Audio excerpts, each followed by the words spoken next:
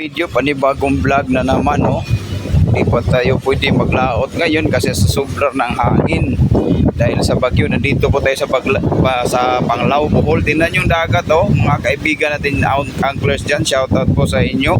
Ito po yung ano dito, kahimtang sang panahon.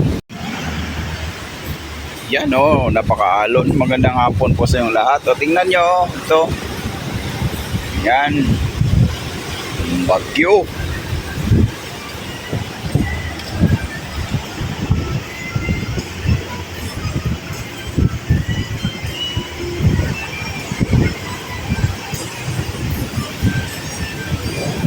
Grabe ang lakas ng hangin. Oh.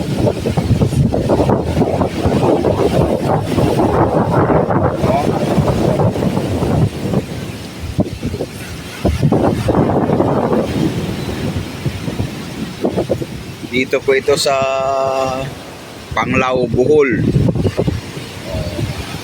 O yung sitwasyon dito ngayon, napakalakas ng alon.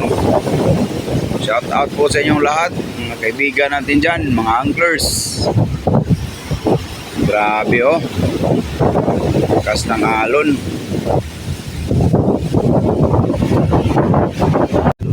Yan po yung panahon dito, mga idol. Napakahirap, sobrang lakas ng hangin at saka alon. O, tingnan nyo yung alon, oh, napakalakas. Medyo maulan pa rin ang panahon dito sa Panglao, Bohol. Yan po, grabe.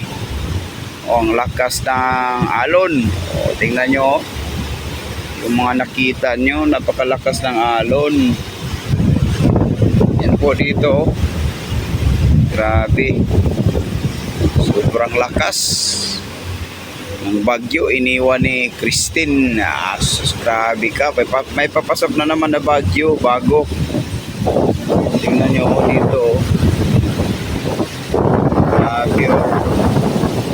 Grabe ang alon sa dagat. Hanggang dito na lang, mga kaibigan nating anglers dyan. Shout out po sa inyo. Mag-iingat po kayo. Paglipas ng bagyo, pwede na kayo maglaot.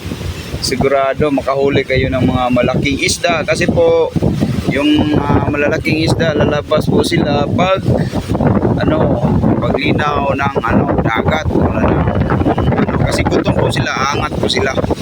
Sa ngayon, hindi nila magkikita, pwede rin, pero delikado sa panahon.